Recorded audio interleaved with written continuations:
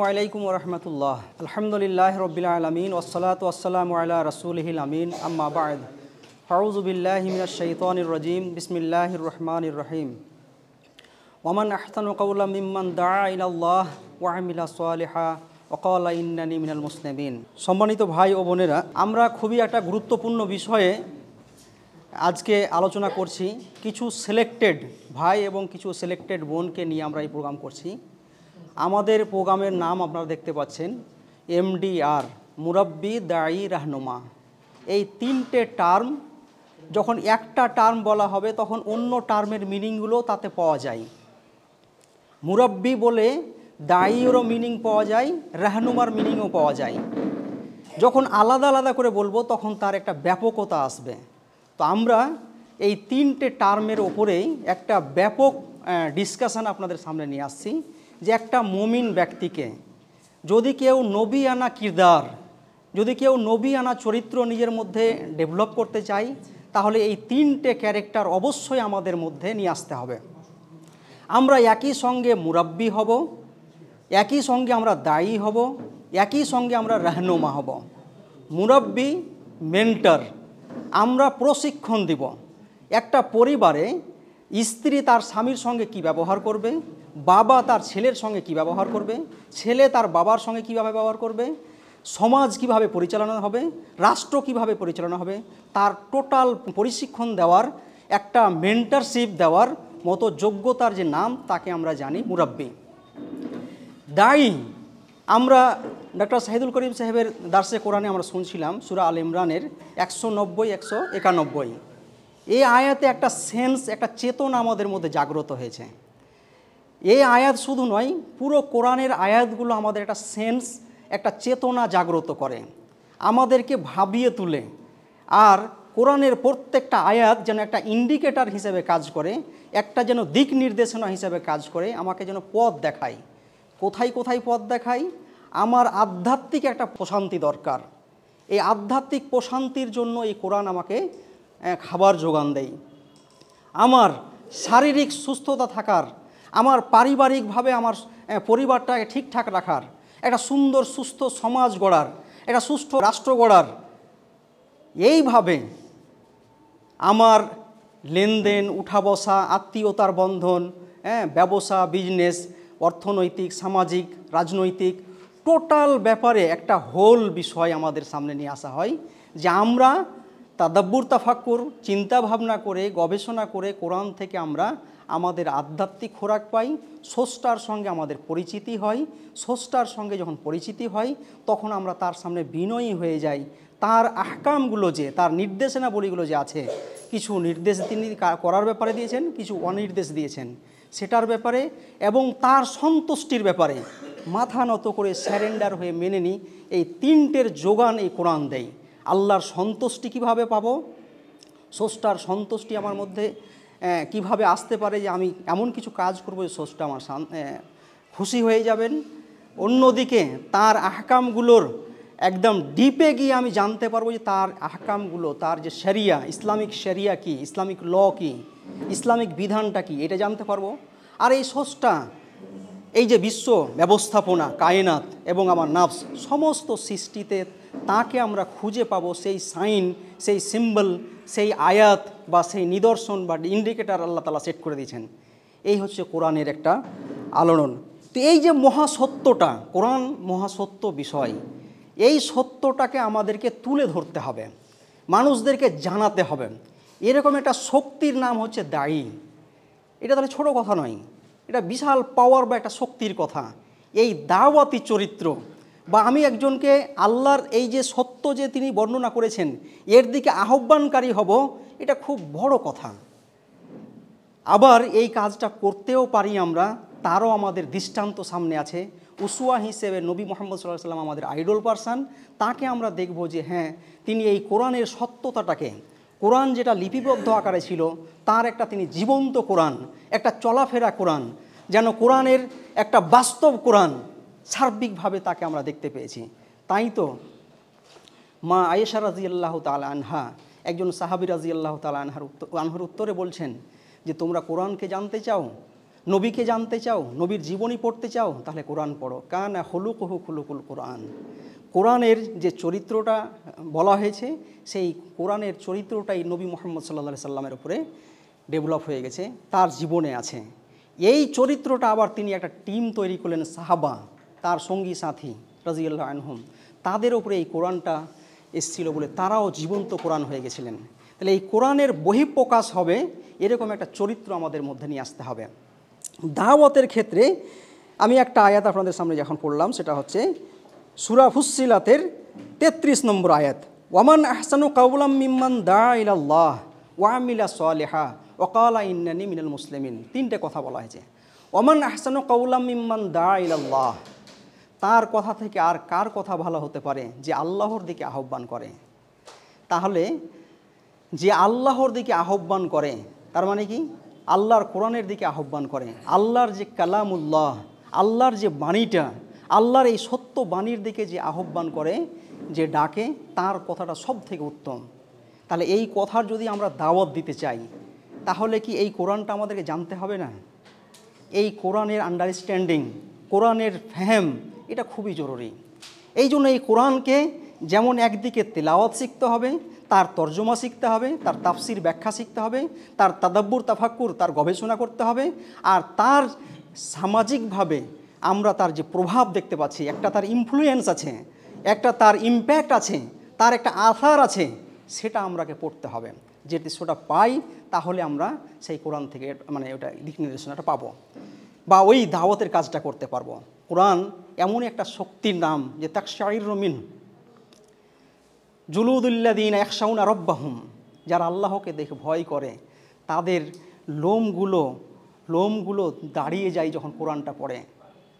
কোরআন যখন পড়ে তখন তাদের লোমগুলো দাঁড়িয়ে যায়। তালিনু জুলুদুহুম ওয়া কুলুবুহুম, তাদের দেহ এবং মন বিগলিত হয়ে যায়। তাহলে কোরআনের একটা ইম্প্যাক্ট আমার শরীরেই পড়তে হবে প্রথমে। দেহ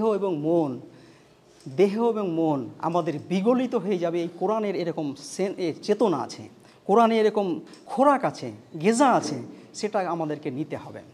এটা হচ্ছে প্রথম খোরাক। তো এই খোরাক যদি নিতে পারি, এই কোরআনের যদি আন্ডারস্ট্যান্ডিং হয়, কোরআনকে যদি ভালোভাবে বুঝতে পারি, তাহলে আমার চরিত্রটা হবে একটা দাওয়াতি চরিত্র, অর্থাৎ আমি হব একজন দায়ী, হ্যাঁ, আল্লাহর দিকে, অর্থাৎ আল্লাহর এই কোরআনের দিকে, আল্লাহর এই কালামুল্লাহর দিকে আমরা মানুষকে ডাকব। এইটা আমাদের বড় দায়িত্ব, গুরু দায়িত্ব, এটা করতেই হবে। আমরা এখন স্পেসিফিক কোরআনের এই দাওয়াতটাকে বলছি যে অমুসলিম বা দেশীয় ভাইদেরকে ডাকা। আসলে দাওয়াতটা আম শব্দ, প্রত্যেকেই এই আল্লাহর কালামুল্লাহর দিকে সবাইকে ডাকা, কিন্তু আমরা স্পেসিফিক সাংগঠনিকভাবে এই টার্মকে ইউজ করছি যে অমুসলিম বা দেশীয় ভাইদেরকে ইসলামের দিকে দাওয়াত দেওয়া। অর্থাৎ এই কোরআন যে সত্য, এই সত্য কোরআনের দিকে দাওয়াত দানকারী আমাকে হতে হবে। এই দাওয়াত দানকারী যদি হই, তাহলে আরও দুটো গুণ আমার দরকার। ওয়ামিলা সালিহা, দাওয়াত দানকারী আমি হব, অথচ আমি ওই সত্যটা আমার জীবনে ইমপ্লিমেন্ট করব না, এটা হতে পারে না। অবশ্যই এই সত্য বিষয়টার আমি একটা ইমপ্লিমেন্টকারী হব, সেটা বাস্তবায়নকারী হব। অর্থাৎ এই আমালে সালেহা, এই যে সত্য কর্ম, একটা সংস্কারমূলক যে একটা কথা এখানে বলা হয়েছে, যে প্রত্যেকটা জিনিসকে সংস্কার করে দেয়, সঠিক করে দেয়, সত্য পথ দেখায়, সিরাতে মুস্তাকিম দেখায় প্রত্যেক ব্যাপারে। এই সলেহা আমলটা আমার জীবনে আসতে হবে, ওয়ামিলা সালেহা, যে আমি একজন সত্যকর্মকারী হব। ওয়াকালা ইন্নানি মিনাল মুসলিমিন, এবং আমি ঘোষণা দিব যে আমি অবশ্যই একজন মুসলিমদের অন্তর্ভুক্ত। অর্থাৎ এই কোরআন যেটা আমার জীবনে আসলো, আর এই জীবনটা শুধু আমারে আসলো সেই শুধু নয়, এইটা আমি কাউলানের আরও বড় একটা ব্যাখ্যা চলে আসছে কি, যে ওয়াকালা ইন্না মিনাল মুসলিমিন, আমি যে আল্লাহর দিকে আহ্বান করছি, এই আহ্বানেরই যেন একটা পরিপূরক কথা চলে আসছে, যে ওয়াকালা ইন্নানি মিনাল মুসলিমিন, যে আমি অবশ্যই এই কোরআনের কাছে আমি মাথা নত করেছি, এইটা সর্ব জায়গায় সর্বক্ষেত্রে আমাকে দেখাতে হবে। এরকম একটা যোগ্যতা আমাদেরকে অবশ্যই নিয়ে আসতে হবে। এই তিনটে কাজ অবশ্যই আমাদের দায়ীদেরকে করতে হবে। তা দাওয়াতের একটা বড় দিক যেটা আমি তুলে ধরতে চাইছিলাম, সেটা হচ্ছে কি, যে না, এই দাওয়াতটা দিতেই হবে। দাওয়াতটা খুব বড় কাজ, ভালো কাজ, উন্নত মানের কাজ। আর এই দাওয়াত দিতে হলে কোরআনের এই নলেজটা, কাউলান বা কালামুল্লাহ, যেটা আল্লাহর যে কালাম, এই কালামের দিকে, অবশ্যই কালামুল্লাহর দিকে আমাদেরকে ডাকতে হবে। এই ডাকার ব্যাপারে আমাদের কর্মপদ্ধতি কী হবে?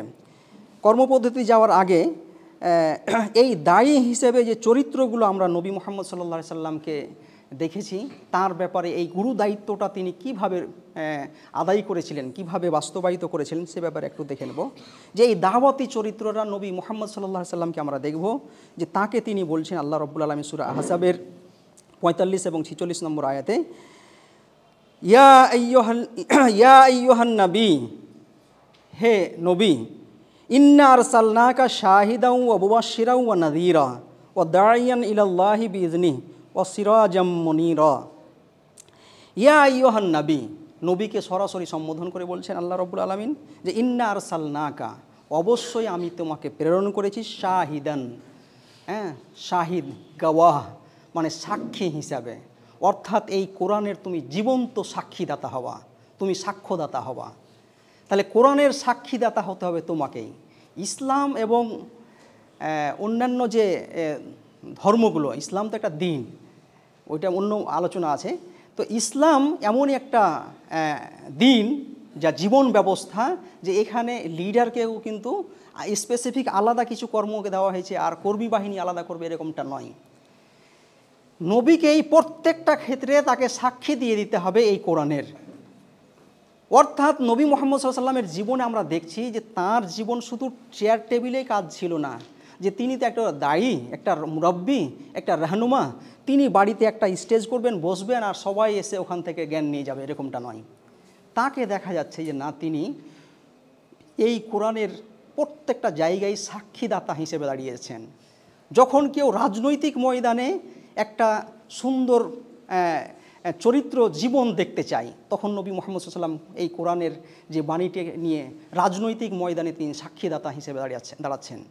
কখনো একটা সমাজ পরিচালনা করার জন্য কেউ যদি চাই যে না, একজন সাক্ষীদাতা আমাদের দরকার, যে কোরআনের সাক্ষীদাতা হবে, কোরআনের সাক্ষ্য দিবে, তাহলে নবী মুহাম্মদ সাল্লাল্লাহু আলাইহি ওয়াসাল্লাম সেখানেও যাচ্ছেন। এইভাবে একটা পরিবারে, একটা ব্যবসাতে, একটা চলাফেরা জীবনে প্রত্যেকটা জায়গাতে তিনি একটা সাক্ষ্য দিয়ে দিয়েছেন যে না, এই কোরআনের তিনি সাক্ষীদাতা হবেন। তাহলে বড় একটা দায়িত্ব হচ্ছে, নবিয়ানা কিরদার হচ্ছে কি, যে না, কোরআনের সাক্ষ্যদাতা হতে হবে। প্রত্যেকটা জায়গায়, আমার কথায়, আমার দেখায়, আমার শ্রবণে, আমার চিন্তাভাবনায়, আমার ইবাদতে, প্রত্যেকটা জায়গাতে আমাকে দেখাতে হবে যে না, আমি আল্লাহ রাব্বুল আলামিনের পক্ষ থেকে একটা সাক্ষীদাতা, আমি সাক্ষ্য দিব, যে এই সত্যের সাক্ষ্যদাতা হয়ে যাব। কোরআন যার সাক্ষী হিসেবে সমাজে মানুষটাকে দেখতে পাবেন, এরকম একটা নবিয়ানা দায়িত্ব। ওয়া মুবাশশিরা ওয়া নাযীরা, এই সাক্ষীদাতা তারপরে হবে কি, মুবাশশির, সুসংবাদ দানকারী। যারা আমাদের দায়ী হবেন, তাদের আরেকটা গুণ হওয়া উচিত যে আমাদেরকে মুবাশশির হতে হবে, সুসংবাদ দিতে হবে যে এই সত্য দিনটা, এই সত্য কোরআনটাকে, আল্লাহর এই সত্য কালামুল্লাহকে যদি কেউ পালন করে, তাহলে তার জন্য কি সুখের খবর আছে, কি খুশির খবর আছে, এই খুশির খবরটাও আমাদেরকে দিতে হবে। এই খুশির খবরটাও আমাদের জানা দরকার। তার দুনিয়াবী সফলতা কি আছে এবং উখরাবী সফলতা, ইহকালীন সফলতা এবং পরকালীন সফলতা, এই সফলতার একটা চিত্র তাকে দেখাতে হবে। এই চিত্র যদি আমরা দেখাতে না পারি, তাহলে একজন দায়ী হিসেবে কিন্তু সফল হব না। তাহলে আমার কর্মজগতে আমাকে দেখাতে হবে যে না, আমি ইহকালীন সফল, পরকালীন সফল, এরকম একটা মুবাশশিরের জায়গায় আসতে হবে। ওয়া নাযীরা, এবং সাবধানকারী হতে হবে। আমরা মনে করি যে কোরআন শুধু ম্যাও ম্যাও করে বলবো, এরকমটা নয়। কখনো কখনো আপনার রোল হবে যে না, আপনি একজন নাযীর, আপনি হবেন সাবধানকারী, দেখো এটা করবা না, এটা করবা, এরকম জায়গায় আসতে হবে। আমরা সমাজে এমনভাবে আমাদেরকে তৈরি করব যে দাওয়াতের ক্ষেত্রে, মুরাব্বির ক্ষেত্রে, রাহনুমার ক্ষেত্রে আমরা এই জায়গায় দাঁড়াবো যে না, এটা করো, এটা করবা না। আমরা মুসলিম মানে আমাদের হুকুম দেওয়ার বা নির্দেশ দেওয়ার ক্ষমতা নেই, এরকম নয়। ইয়ামুরুনা বিল মারুফি ওয়া ইয়ানহাউনা আনিল মুনকার, মুমিনরা হতে হবে ভালো কাজের নির্দেশ দানকারী এবং অন্যায় কাজ থেকে বারণকারী। আমি হব, আমার ভূমিকাটা হবে নাযীর, যে আমি মানুষকে সাবধান করব পরকালের শাস্তির ব্যাপারে, জাহান্নামের শাস্তির ব্যাপারে। আমি তাকে সাবধান করব এবং পৃথিবীতেও তার যে একটা পরিণতি ঘটবে, যেটা ভয়ঙ্কর পরিণতি, সে ব্যাপারেও তাকে সাবধান করব। সুস্থ সমাজ রাখার জন্য গুন্ডা মস্তানদেরকে তাদের সামনে দাঁড়িয়ে যাওয়ার মতো শক্তি, পাওয়ার, ক্ষমতা আমার থাকতে হবে, যে না ওর সামনেও আমি বলতে পারি। মুসা আলাইহিস সালাম যেমন একদম কোনো ধরনের মানে হীনমন্যতায় বা কোনো ধরনের মানে কি বলবো, ওটা কাপুরুষতা ভাষা বলা ঠিক হবে না, তারপরে বলছি ওই রকম কিছুই ছিল না। তিনি বলিষ্ঠতার সহিত, তিনি একটা হিম্মত নিয়ে, বল নিয়ে, শক্তি নিয়ে, কোনো দ্বিধাদ্বন্দ্ব ছাড়াই, হেজিটেশন ছাড়াই, আল্লাহর সন্তুষ্টির উদ্দেশ্যে গিয়ে কথা বলার সাহস, হিম্মত, বল আমাদের থাকতে হবে, যে না আমরা সোসাইটিতে সাবধানকারী হব, সোসাইটিকে আমরা নির্দেশনা দিব, নির্দেশ দিব যে এটা করো আর এটা করিও না, এরকম আমাদের ভূমিকায় আসতে হবে। ওয়া দাইয়ান ইলাল্লাহি বিইজনি ওয়া সিরাজাম মুনীরা, ওয়া দাইয়ান এবং আহ্বানকারী হবে আল্লাহর দিকে, বিইজনিহি তার নির্দেশেই, অর্থাৎ আল্লাহর দিকে যে আমি আহ্বানকারী হব, এইটা আমার মন মতলবকে ঠিক করে নয়, এটা হবে অবশ্যই কোরআনে যেভাবে আমাকে বলতে বলা হয়েছে সেইভাবে। কোরআনের স্পিরিটটা কি, কোরআনের যেভাবে আল্লাহ রব্বুল আলামিন আমাকে নির্দেশ দিয়েছেন সেইভাবেই আল্লাহর দিকে আমি ডাকবো। অর্থাৎ আল্লাহ যে জায়গায় যেভাবে যে জায়গায় যে ডাকটা দিতে বলেছেন সেই ডাকটাই দিব। আল্লাহর ডাকের সঙ্গে আমার ডাকের বা আমার কথার সংমিশ্রণ হবে না। হ্যাঁ, ব্যাখ্যা বিশ্লেষণ করতে গিয়ে আপনি বলবেন আপনার যোগ্যতা বুদ্ধি মোতাবেক, কিন্তু ওখানে কোনো অ্যাড হবে না, ওখানে কোনো এডিট হবে না, না কখনো তাহরিফ হবে, পরিবর্তন হবে, আর না কখনো কমিয়ে দেওয়া হবে, না বেশি করে দেওয়া হবে। আল্লাহ রব্বুল আলামিন যে দিক নির্দেশনা দিয়েছেন সেই ক্ষেত্রে আল্লাহর দিকে আহ্বান করতে হবে। ওয়া সিরাজাম মুনীরা, এবং উজ্জ্বল প্রদীপ হতে হবে আমাকে, আমি হব একজন উজ্জ্বল প্রদীপ। অর্থাৎ এই যে কাজগুলো আমি করছি, আমি যে শাহিদ, সাক্ষ্যদাতা, আমি যে সুসংবাদ দানকারী, আমি যে নাজির, সাবধানকারী, আমি যে আল্লাহর দিকে আহ্বানকারী, এইটা তো আমি হব একটা সিরাজাম মুনীরা, একটা জ্যোতির মতো, একটা জ্যোতি মানে উজ্জ্বল প্রদীপের মতো হব। এই প্রদীপটা শুধু আমি থাকবো না, একটা মোমবাতি থেকে যেমন আমি জ্বলে উঠেছি, আমি যেমন আলো দিচ্ছি, সেই সাথে সাথে আমার কাছে থেকে যারাই এই মোমবাতির আগুনটা নিবে তারাই আবার জ্যোতিতে পরিণত হবে। এরকম একটা ক্যারেক্টার আমার হতে হবে, যে আমি একটা প্রদীপ, জ্বলন্ত প্রদীপ, যে সেখান থেকে যারাই এই কাজগুলো শুরু করবে তাদেরকে এই কাজ করতে হবে। এরকম একটা শুধু নবী মুহাম্মদ সাল্লাল্লাহু আলাইহি সাল্লামকেই করতে বলা হয়নি, এই নাজিরের ভূমিকাটা কত গুরুত্বপূর্ণ ভূমিকা, যে নূহ আলাইহিস সালামের সময় আমরা দেখেছি, সূরা নূহে যদি দেখি তাহলে নূহ আলাইহিস সালামকেও আল্লাহ তাআলা অন্য একটা বাচনভঙ্গিতে এই কথাগুলো বলছিলেন, যে ইন্না আরসালনা নূহান ইলা কওমিহি আন আনজির কওমাকা মিন ক্বাবলি আন ইয়াতিয়াহুম আযাবুন আলীম। হে নূহ আলাইহিস সালাম, আমি তোমার কওমের কাছে তোমাকে প্রেরণ করেছি এই জন্য যে তুমি তোমার কওমকে, তোমার জাতিকে তুমি সাবধান করবে। মিন ক্বাবলি আন ইয়াতিয়াহুম আযাবুন আলীম, তাদের কাছে মানে খুব কষ্টদায়ক আযাব আসার আগেই। ক্বালা ইয়া কওমি ইন্নী লাকুম নাযীরুম মুবিন, নূহ আলাইহিস সালাম বললেন, হে আমার জাতি, ইন্নী লাকুম নাযীরুম মুবিন, অবশ্যই আমি তোমাদের জন্য একজন প্রকাশ্য সাবধানকারী, ছুপিয়ে নয়, লুকিয়ে নয়, এটা ওপেন চ্যালেঞ্জ। কোরআনের আয়াতগুলো হচ্ছে ওপেন চ্যালেঞ্জ। এইভাবে তারা দাওয়াত দিয়েছেন। কি দাওয়াত দিয়েছিলেন? আনিয়াবুদুল্লাহ ওয়াত্তাকুহু ওয়া আতিউন, তিনটে কথা বলেছেন। আনিয়াবুদুল্লাহ, এই জন্য যে তোমরা আল্লাহর ইবাদত করো, আল্লাহর আনুগত্য স্বীকার করো, আল্লাহর এই সোভারেন্টি পাওয়ার, সার্বভৌম ক্ষমতা, তাকে রব, ইলাহ, মালিক হিসেবে মেনে নাও, তার যতগুলো সিফাতি গুণাবলী নাম আছে তা হিসেবে। ওয়াত্তাকুহু, এবং মেনে নিয়ে আল্লাহর ভয় নিয়ে জীবনকে অতিবাহিত করো। ওয়া আতিউন, আর এই রাস্তায় যদি চলতে চাও তাহলে আমার আনুগত্য করো। অর্থাৎ এই তাকওয়ার পথ অবলম্বন করে স্রষ্টার যদি আমরা ইবাদত করতে চাই তাহলে নবীদের পথ অনুসরণ করা আমাদের জন্য জরুরি। তাহলে নাজিরের ভূমিকাটা খুবই গুরুত্বপূর্ণ ভূমিকা, যে আমরা যদি দাওয়াতের ময়দানে যেতে চাই তাহলে অবশ্যই এই কাজটাও আমাদেরকে করতে হবে। যদি আমরা এই কাজ না করতে পারি তাহলে কিন্তু হবে না। এই কোরআনের বাণীটাকে এবার আমরা এই যে একটা নলেজ, এটাকে আমাদের প্র্যাকটিক্যাল ময়দানে নিয়ে আসতে হবে। প্র্যাকটিক্যাল ময়দানে যদি আমরা নিয়ে আসতে চাই তাহলে আমাদের অবশ্যই কিছু কর্মপন্থা বা কিছু কাজ আমাদেরকে দেখতে হবে, যে আমরা কিভাবে এই কাজটা শুরু করব। একজন দাওয়াতি চরিত্র আমাদের কেমন হওয়া উচিত সেগুলো আমরা কয়েকটা টার্ম আমরা দেখতে পেলাম। সেটা কি, যে নবী মুহাম্মদ সাল্লাল্লাহু আলাইহি সাল্লামকে আমরা পেলাম যে তিনি আমাদের জন্য কটা পেলাম, তাকে আমরা পেলাম একজন শাহিদ হিসাবে, মানে আমাদের সাক্ষ্যদাতা হিসাবে।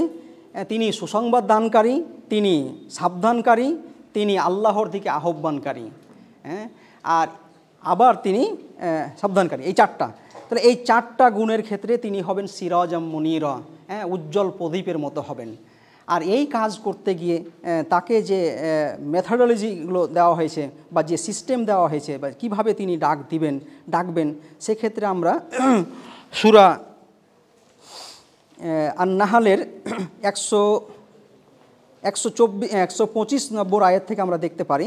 125 নম্বর আয়াত থেকে তিনি তাকে প্রসেস বলছেন যে উদউ ইলা সাবিলি রব্বিকা বিল হিকমাতি ওয়াল মাউইযাতিল হাসানা ওয়া জাদিলহুম বিল্লাতি আহসান ইন্না রাব্বাকা হুয়া আ'লামু বিমান যাল্লা আন সাবিলি ওয়া হুয়া আ'লামু বিল মুহতাদিন। উদউ ইলা সাবিলি রব্বিকা, আপনি আপনার রবের দিকে হিকমার সহিত ডাক দিন। হিকমা, হ্যাঁ, প্রজ্ঞার সহিত আল্লাহর দিকে ডাক দিতে হবে। হিকমা একটা নলেজ, একটা দালাইল, বারাহিন, দলিল এবং যুক্তিভিত্তিক আমাদেরকে লোকদেরকে, অর্থাৎ কোরআনের দলিল দিয়ে, আহাদিসের দলিল দিয়ে, এই কায়নাতের দলিল, বিশ্ব ব্যবস্থাপনার দলিল দিয়ে আমাদেরকে ডাকতে হবে।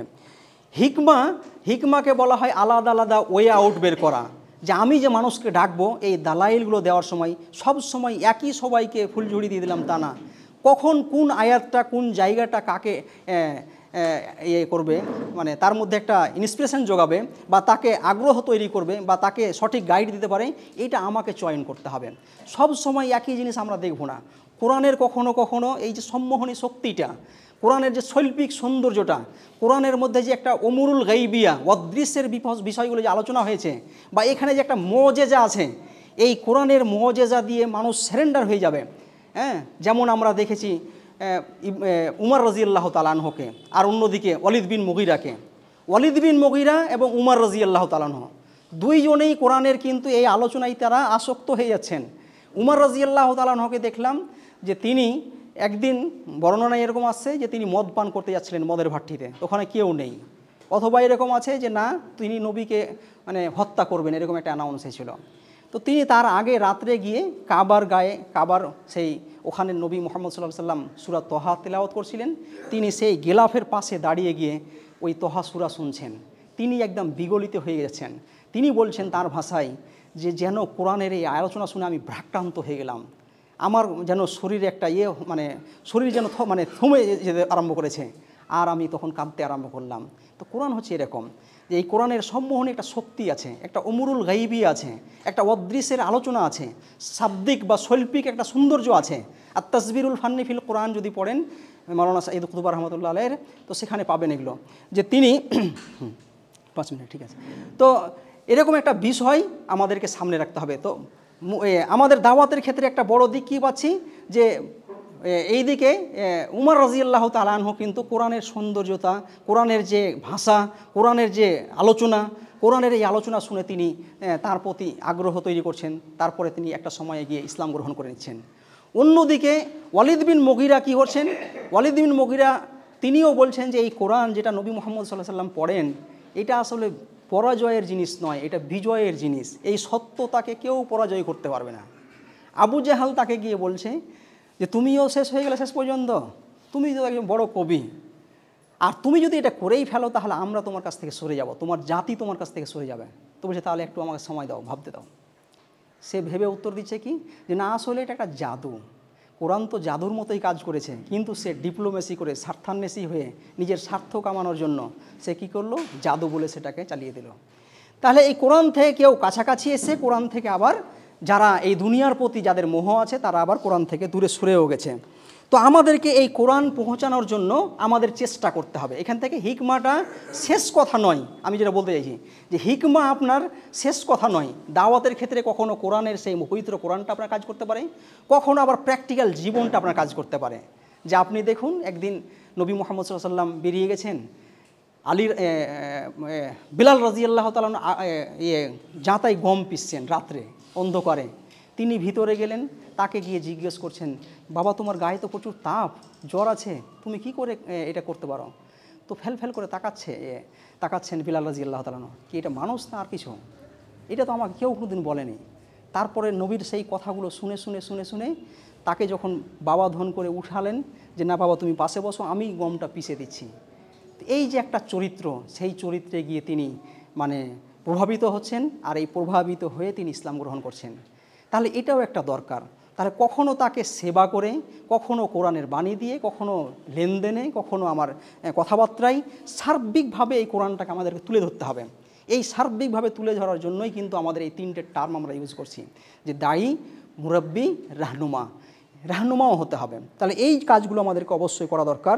আমাদেরকে হিকমা বলতে আলাদা আলাদা রাস্তা খোঁজা দরকার, যে আল্লাহর দিকে আমি ডাকবই, তাহলে আমার ডাকার পথটা কী হতে পারে। কখনো দলিল দিয়ে হতে পারে, কখনো লজিক্যালি কথা হতে পারে, কখনো আবার যুক্তিভিত্তিক কথা হতে পারে, কখনো আবার সেখান থেকে সরে এসে তারপরে তার ব্যাখ্যাটা চলেই আসে যে ওয়াল মাউইজাতিল হাসানা, উত্তম বক্তব্য হতে পারে, খায়ের খা, একটা শুভাকাঙ্ক্ষী হয়ে তাকে বুকে জড়িয়ে ধরে টেনে কাছে টেনেও কথা হতে পারে। এই বিষয়টাও আমাদেরকে সামনে রাখতে হবে। আর শেষে আরেকটা কথা বলছে ওয়াজাদিলহুম বিল্লাতিহি আহসান, এই জন্য আমাকে অবশ্যই কখনো কখনো ডিবেটও করতে হতে পারে, ডিসকোর্স হতে পারে, যে এমনটা নয় যে যখন কেউ মুনাফিকি চরিত্র নিয়ে, তাগুতি চরিত্র নিয়ে, ও যখন ইসলামের ভুল ধরার চরিত্র নিয়ে যখন কথাবার্তা বলতে আসবে, তখন ডিবেট ডিসকোর্সেও আসতে হবে। ডিবেট ডিসকোর্সে নতুন নতুন আইডিয়া নিয়ে এই কোরআনের লজিকগুলোকে পেশ করতে হবে। এই ডিবেট ডিসকোর্সের ময়দানে যদি না আসি তাহলে কিন্তু হবে না, এটাও দরকার। ইন্না রব্বাকা হুয়া আ'লামু বিমান যাল্লা আন সাবিলি ওয়া হুয়া আ'লামু বিল মুহতাদিন, অবশ্যই তিনি জানেন যে কে সঠিক পথে আছে এবং কে হেদায়েতের পথে আছেন এবং কে গুমরাহের পথে আছেন। তাহলে গুমরাহের পথে, পথভ্রষ্টের পথে এবং হেদায়েতের পথে কে আছেন এটা আল্লাহ জানেন, আল্লাহর এটা নলেজে আছে, আল্লাহ জানেন। এবার আমাদেরকে কাজটা করতে হবে।